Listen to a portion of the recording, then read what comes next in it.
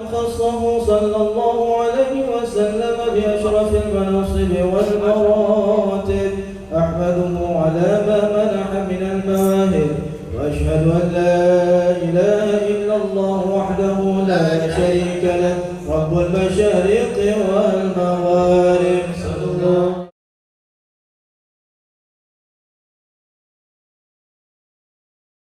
المبعوث إلى سائر الأعاجم والأعارف، صلى الله عليه وسلم وعلى آله وأصحابه أولي المآثر والمناقب. صلى الله عليه وسلاما دائمين متلازمين يأتي قائلهما يوم القيامة غير خائب. اللهم صل وسلم وبارك عليه وعلى آله. بسم الله الرحمن الرحيم.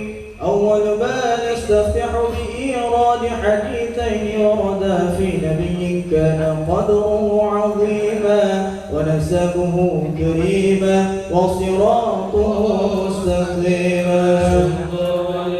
قال في حقه من لم يزل سميعا عليما إن الله وملائكته يصلون على النبي يا أيها الذين آمنوا صلوا عليه وسلموا تسليما. اللهم صل وسلم وبارك عليه وعلى آله. اللهم صل وسلم وبارك عليه وعلى آله. صلى الله عليه. الحديث الأول عن بحر العلم الدافق ولسان القرآن الناطق وأحد علماء الناس سيدنا عبد الله بن سيدنا العباس رضي الله عنهما عن رسول الله صلى الله عليه وسلم أنه قال إن قريشا كانت نورا بين يدي الله عز وجل قبل أن يخلق آدم ب1000 عام يسبح الله ذلك النور وتسبح الملائكة بتسبيحه. فلما خلق الله آدم أودع ذلك النور في طينته. قال صلى الله عليه وسلم فأهبطني الله عز وجل إلى الأرض في ظهر آدم وحملني في السفينة في صلب نوح وجعلني في صلب الخليل إبراهيم لنقذف به في النار. ولم يزل الله عز وجل ينقلني من الأصلاب الطاهرة إلى الأرحام الزكية الفاخرة حتى أخرجني الله من بين أبوي وهما لم يلتقيا على سفاح اللهم صل وسلم وبارك عليه وعلى آله. الحديث الثاني عن عطاء بن يسار عن كعب الأحبار قال علمني بالتوراة إلا سفرا واحدا كان يختمه ويدخله الصندوق فلما مات به فتحته فإذا فيه نبي يخرج آخر الزمان مولده بمكة وهجرته بالمدينة وسلطانه بالشام. يقص شعره ويتزر على وسطه يكون خير الأنبياء وأمته خير الأمم يكبرون الله تعالى على كل شرف يصفون في صلاة كصفوفهم في القتال. قلوبهم مصاحفهم يحمدون الله تعالى على كل شدة ورخاء. ثلث يدخلون الجنة بغير حساب. اللهم اجعلنا منهم. والثلث يأتون بذنوبهم وخطاياهم فيغفر لهم. وثلث يأتون بذنوب وخطايا عظام فيقول الله تعالى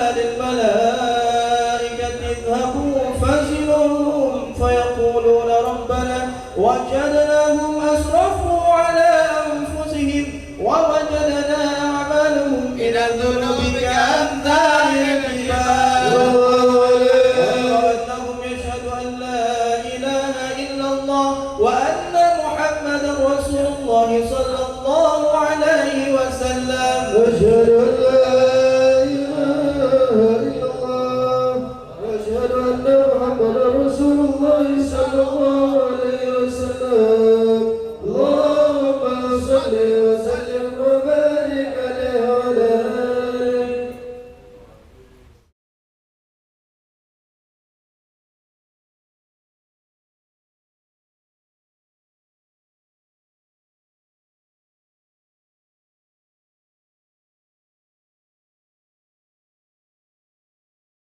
بلا علوين منتهى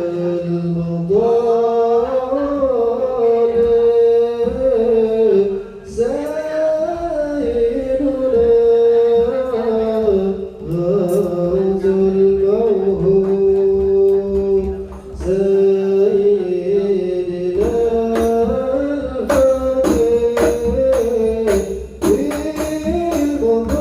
الفقير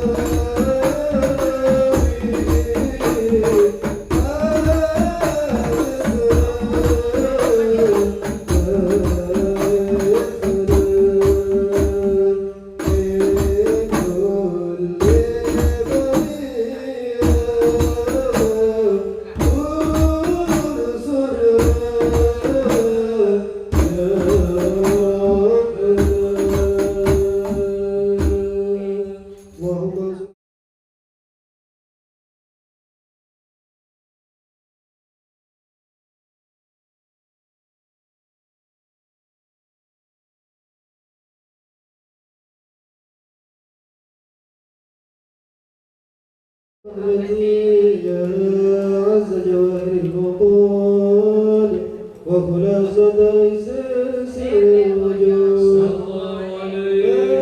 فاتح قاصر لو جاء بذل المجهود وواسك عاجز عن حصر ما حويت من خصال الكرم والجود الكون الشرف وانت المقصود يا أشرف من نال المقام المحمود وجاءت رسل من قبلك لكنهم بالرفعة والعلا لك شهود اللهم صل وسلم وبارك عليه وعلى آله اللهم صل وسلم وبارك عليه وعلى آله أعطوا قلوبكم يا بشرا إلى الباب حتى يدنو لكم عرائس معالي أجل الأحباب المخصوص بأشرف الألقاب الراكين حضرة الملك الوهاب حتى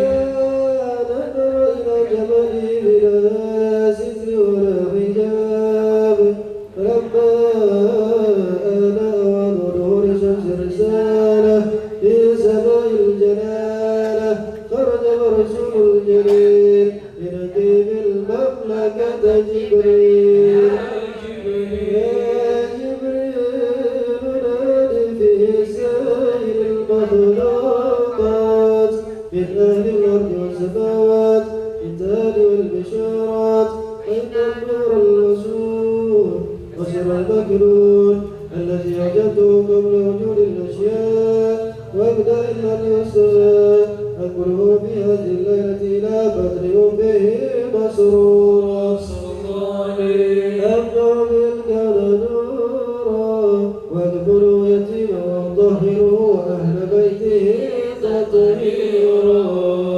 اللهم صل وسلم وبارك عليه وعلى آله اللهم صل وسلم وبارك عليه وعلى آله صلى الله عليه فاهتز العرش ضربا وازداد شارا وازداد الكرسي هيبة ووقارا وامتلأت السماوات ونورا وضجت الملائكة تهليلا وتمجيدا واستغفارا سبحان الله والحمد لله ولا إله إلا الله والله أكبر سبحان الله والحمد لله ولا إله إلا الله والله أكبر سبحان الله والحمد لله ولا إله إلا الله والله أكبر سبحان الله والحمد لله ولا إله إلا الله والله أكبر يبتسم مطرب من فكره وفضله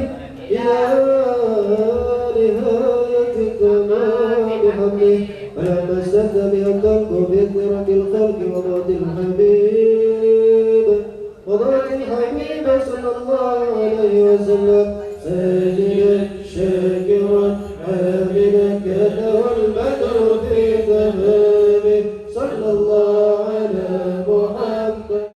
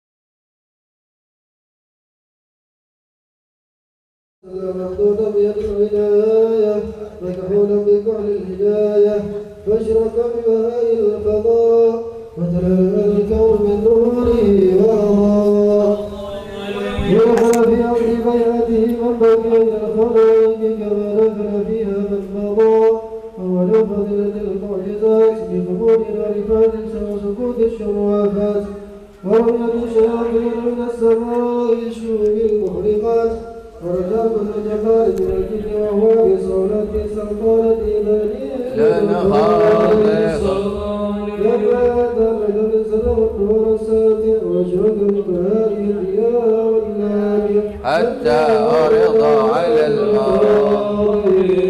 اللهم صل وسلم وبارك عليه وعلى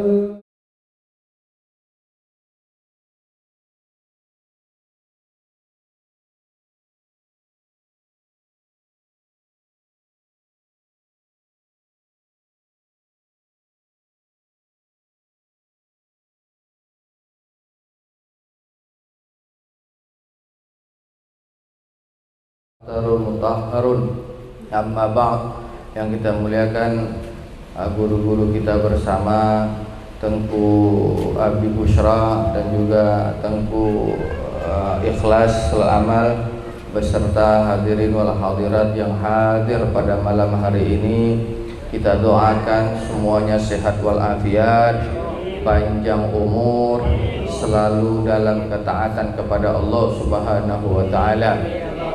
Alhamdulillah pada malam hari ini kita juga merayakan daripada haulnya Habib Soleh Tanggul, yang dimana beliau ini seorang ulama sepuh dari Hadramut, yang mana setiap tahunnya manusia itu tumpah ruah di sepanjang jalan menuju Masjid Riyadhus Shalihin Tanggul Jember.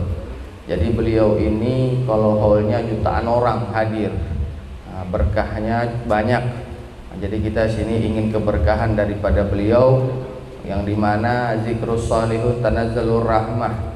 Kita menyebut-nyebut orang saleh, orang-orang yang alim, wali min auliyaillah, itu tanazzalur rahmah, maka akan turun rahmat pada tempat tersebut, maka doa-doa kita dikabulkan, pintu-pintu kebaikan pun akan dibukakan oleh Allah Subhanahu wa taala. Seperti halnya dikisahkan daripada Syekh Habib Umar bin Hafid, kita menyebut orang soleh itu seperti kita mempunyai HP, siapa yang kita tekan.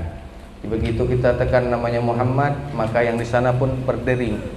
Apabila kita menyebut orang-orang soleh, contoh malam ini kita menyebut Habib Soleh Tanggul, maka beliau pun mengetahui bahwasanya kita ini sedang menyebut-nyebutnya, yang dimana nantinya waktu di padang mahsyar kita semuanya membutuhkan pertolongan daripada alim ulama. Jadi untuk banyak ini kita banyak menyebut-nyebut, banyak tawassul kepada ulama-ulama kita, ulama Aceh, ulama dimanapun yang ada di muka bumi ini, kita tawassul, yang dimana nanti nazarahnya akan dapat untuk kita, pandangannya akan kita dapatkan. Beliau ini lahir di kota Korbah Bakarman, Wadi Hadramut, sebuah desa di Hadramut pada tahun 1313 Hijriah. Ayah beliau Al-Habib Muhsin bin Ahmad Al-Hamid dikenal dengan sebutan Al-Bakri Al-Hamid, yaitu seorang yang soleh dan ulama yang sangat dicintai dan dihormati masyarakat maupun manapun beliau berada. Dan ibundanya adalah seorang wanita solehah bernama Aisyah. Dari keluarga Al-Ba'bud, Ba Umar dari Masyayikh Al-Amudi. Beliau mempelajari Al-Quran dari seorang guru yang bernama Syekh Said Ba Mudhij di Wadi Ahmad, yang dikenal sebagai seorang yang soleh, yang tiada henti-henti berzikir kepada Allah Subhanahu wa taala. Dan beliau belajar ilmu fikih dan tasawuf, belajar daripada ayahandanya. Pada usia 26 tahun beliau ini, pada tahun ke-6 1921 Masehi, Habib Soleh meninggalkan Hadramut dan hijrah ke Indonesia. Jadi aslinya beliau itu Hadramut, hijrah ke Indonesia. Dan beliau ditemani temannya Syekh Fadil Saleh Salim bin Ahmad Asy-Syakri. Sampainya di Indonesia, beliau singgah di beberapa kota di Jakarta. Begitu mendengar kedatangan Al-Habib Saleh, sepupu beliau Al-Habib Muhsin bin Abdullah Al-Hamid meminta kepada beliau untuk singgah di kediamannya di kota Lumajang. Begitu juga Habib Saleh pun tinggal sementara di Lumajang. Setelah menetap beberapa waktu, akhirnya beliau pindah ke Tanggul hingga akhir hayat beliau. Suatu ketika beliau ini datanglah ilham Rabbaniyah kepada beliau untuk melakukan uzlah, untuk mengasingkan diri dari gemerlap duniawi, dari godaannya menghadap dan bertawajuh kebesaran Sang Pencipta. Jadi beliau tidak keluar kamar. Tidak keluar kamar selama berapa tahun, itu khusus untuk ibadah. Kata bilang khalwat. Dia khalwat apa kalut? Hah? Kalut. Nah, itu nggak keluar selama 3 tahun. Beliau di dalam kamar bertawajuh menghadap Sang Pencipta. Dalam khalwatnya beliau senantiasa mengisi dengan membaca Al-Quran, berselawat, berzikir, mengagungkan asma Allah. Dan hal itu berlangsung selama lebih dari 3 tahun, hingga suatu saat akhir daripada khalwatnya beliau didatangi oleh gurunya Al-Habib Abu Bakar bin Muhammad As-Sagaf Gresik, yang mana beliau mengajak kepada Habib Saleh untuk keluar daripada khalwatnya, lalu memerintahkan Habib Saleh untuk datang ke kediamannya di Gresik. Sampai di sana beliau diminta untuk mandi di Jabiyah. Jabiyah ini kolam, orang Arab bilang kolam, untuk berendam, khusus di kediaman Habib Abu Bakar bin Muhammad Gresik. Kemudian Habib Abu Bakar memberinya mandat dan ijazah. Nah, ini ijazah dari seorang guru, yaitu memakaikan jubah, memakaikan imamah, dan memakaikan sorban. Khalas, waktumu sekarang ini dakwah, mengajak orang-orang yang jahil untuk bisa pandai, mengajak orang-orang untuk lebih dekat kepada Allah Subhanahu wa ta'ala. Jangan lagi dirimu jadikan bermanfaat untuk orang-orang, karena lebih banyak orang jahilnya daripada orang alimnya. Nah, di Jawa banyak macam-macam ini. Itu di zaman Habib Saleh aja, Habib Saleh sudah mengasingkan diri, tapi beliau diperintahkan gurunya untuk berdakwah. Habib Saleh berdakwah kepada masyarakat sekitar dengan tak kenal lelah. Beliau mengajak umat untuk selalu bersolat dan tidak meninggalkannya. Antara maghrib wal isya beliau membaca Al-Quran dan wirid-wirid. Selepas salat asar beliau membaca kitab Nasahibud Dunyah karangan Al-Habib Abdullah bin Alwi Al-Haddad. Tapi beliau ini bukan pakai bahasa Arab, beliau menguraikannya memakai bahasa Madura sebagaimana bahasa setempat. Tujuannya agar mereka faham apa yang diajarkan. Beliau juga dikenal dengan akhlaknya yang begitu mulia, sehingga beliau tidak pernah menyakiti hati orang lain. Bahkan beliau berusaha menyenangkan hati mereka. Ini salah satu amaliyah yang harus kita tanamkan untuk idkharul surur, untuk menyenangkan hati-hati orang. Nah, jadi kita membuat hati orang senang ini bukan engkol ya, tapi benar-benar kita bantu hajat mereka, membuat mereka senang. Itu mendapatkan pahala daripada Allah Subhanahu wa ta'ala yang begitu besar, idkhalul surur. Yang dimana sekarang ini perbuatan tersebut sudah langka, yang dimana kita ini hanya mementingkan diri kita senang, baru orang lain senang. Tapi melihat Habib Saleh Tanggul ini bagaimana beliau selalu ingin menyenangkan hati orang lain, menyenangkan hati orang-orang dekatnya. Begitu juga keikhlasan hati, akhlak serta kelurahan budi pekerti beliau sangat dicintai dan dihormati. Beliau ini terkenal doanya dikabulkan. Jadi setiap orang yang datang kepada beliau minta doa mustajab. Apa enggak penuh rumahnya? Nah, jadi tidak pernah sepi rumah Habib Saleh Tanggul ini daripada orang ziarah. Karena apa? Setiap kali diminta pertolongan doa daripada Habib Saleh, Allah selalu kabulkan. Mengenai resep agar doanya cepat terkabul, pernah ditanya seseorang, ya Habib Saleh, apa sih kelebihan ibadah Habib sehingga Habib ini tidak lain lakukan sehingga doa Habib selalu terkabul? Habib Saleh menjawab, mau tahu rahasianya? Nah, ini kita harus dibuka rahasianya. Saya tidak pernah menaruh pispot di kepala saya. Pispot apa pispot? Pispot, bukan paspor. Fishpot, tempat buang air kecil. Orang bertanya kembali, apa maksudnya ya Habib? Tanya orang itu ke Habib Soleh.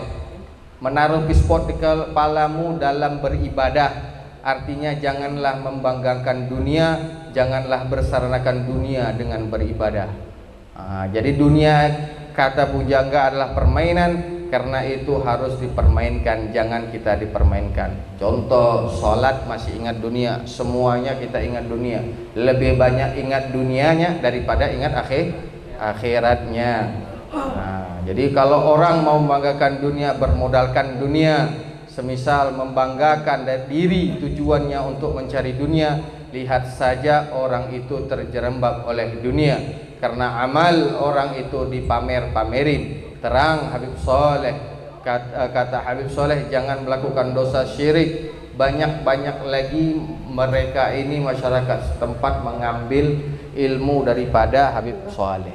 Tapi masyarakat-masyarakat yang mengerti, masyarakat yang hatinya ingin terbuka dengan Habib Soleh. Habib Soleh pernah berkata, nanti masyarakat-masyarakat ini tahu kebesaranku nanti waktu aku sudah tidak ada.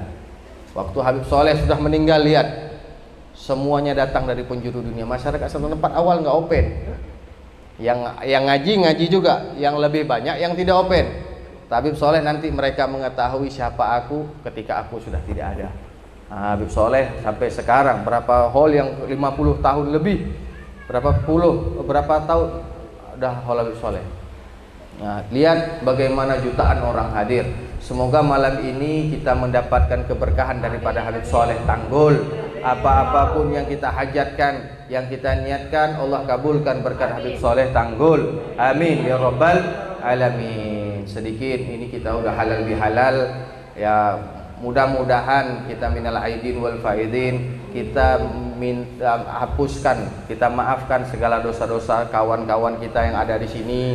Jadi jangan ada lagi rasa benci, rasa dendam, rasa apapun, putus silaturahmi apalagi. Dikarenakan ini merupakan penyakit yang bisa menghambat kita bisa masuk surga. Kalaupun kita meninggal dalam keadaan su'ul khatimah, bukan husnul khatimah. Kalau kita meninggal masih ada dalam keadaan putus silaturahmi, kita meninggal dalam keadaan hasud, kita meninggal hati kita dalam keadaan dendam, maka meninggalnya kita dalam keadaan su'ul khatimah. Na'udzubillah min dzalik. Ini momentum daripada bulan Syawal, memaafkan. Kita minta kepada Allah Subhanahu wa taala agar orang-orang yang menyakiti kita mendapatkan hidayah dan pengampunan daripada Allah Subhanahu wa taala. Agar siapa yang kita doa orang, maka doa tersebut akan diijabah untuk kita juga. Amin ya rabbal alamin. Ini sedikit pengumuman daripada Masjid Az-Zabidi. Insyaallah kita buka TPQ di berapa hari lagi, dan juga pengajian malam. Pengajian malam ini untuk anak-anak, pengajian kitab fardu ain, fikih, tauhid, tasawuf. Itu ba'dal maghrib. Jadi sholat maghrib di sini, yang punya ibu-ibu, punya anak-anak muda yang mau ngaji, itu kita buka maghrib di sini, langsung baca kitab. Yang TPQ untuk khusus Al-Quran itu ba'dal asar. Jadi waktunya nanti kita umumkan, kita buka brosurnya. Ini sekilas info saja. Jadi sekarang Al-Zabidi sudah membuka waktu untuk belajar daripada fardu ain. Fikih, tauhid, tasawuf itu habis maghrib. Yang untuk bapak-bapak ya habis isya. Ini kan untuk anak-anak yang SMP, SMA, yang masih mau belajar, yang belum tahu apa itu tauhid, itu kita antar kemari, kita ajak teman-teman kita untuk belajar, agar kita pun mendapatkan pahala keberkahan daripada orang yang kita ajak, dan tidak mengurangi daripada pahala yang diberikan kepada yang mengajak. Dan juga nanti ini kepada abang adik-adik, jangan pulang dulu setelah maulid, kita ada khataman Quran untuk keluarga Bang Madi dan juga keluarga daripada Kak Malang. Sekian. Hadanallahu wa iyyakum ajmain. Assalamualaikum warahmatullahi wabarakatuh.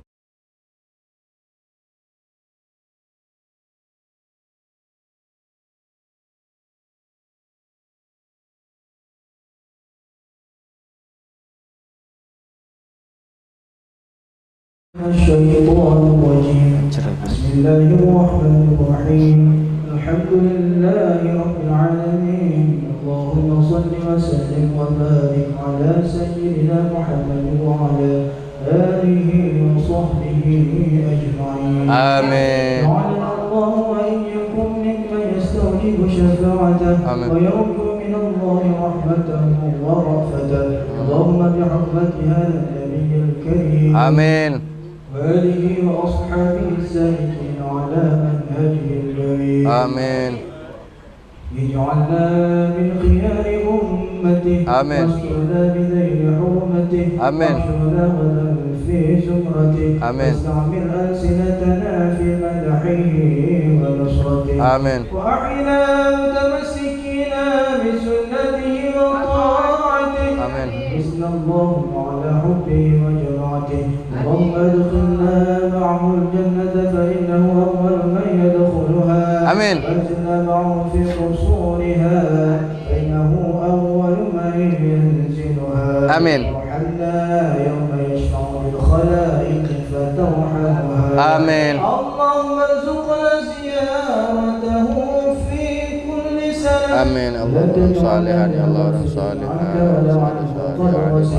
اللهم لا تجعل في مجلسنا هذا أحدا إلا غسلت بماء التوبة ذنوبا وسترت برداء المغفرة عيوبا. آمين. اللهم إنه كان معنا في سنة الماضية إخوان رحمهم الله منعهم القضاء عن الوصول إلى مثلها فلا تحرمهم ثواب هذه الساعة وفضلها. آمين. اللهم ارحمنا إذا صرنا من أصحاب القبور. آمين. ووفقنا لعمل صالح يبقى سلام على ممر الدهور. آمين. اللهم اجعلنا لآلائك ذاكرين آمين. ولنعمائك شاكرين آمين. وليوم لقائك من الذاكرين. آمين. وأحينا بطاعتك مشمولين. آمين. وإذا توفيتنا فتوفنا غير مفتونين ولا مخذولين واختم لنا منك بخير أجمعين. آمين.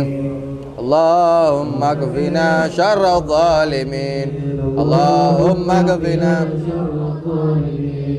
اللهم اكفنا شر الظالمين. واجعلنا من فتنة هذه الدنيا السالمين. آمين. اللهم اجعل هذا الرسول الكريم لنا شفيعا.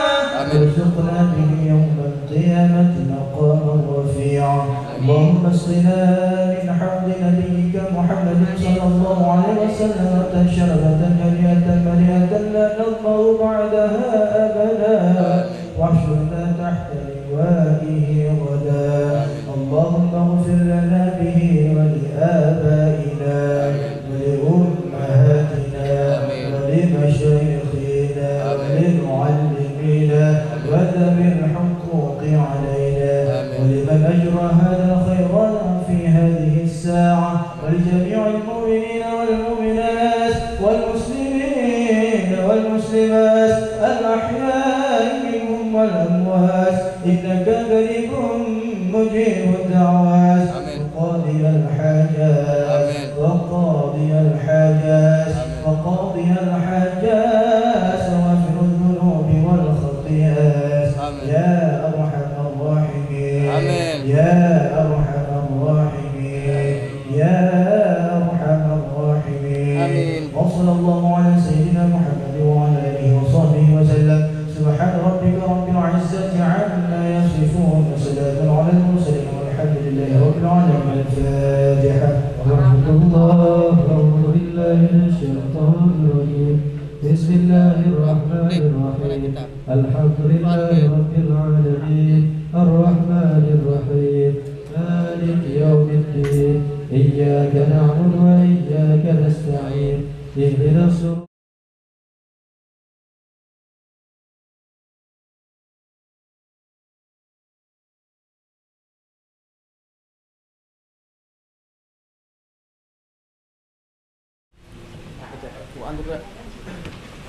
Masuk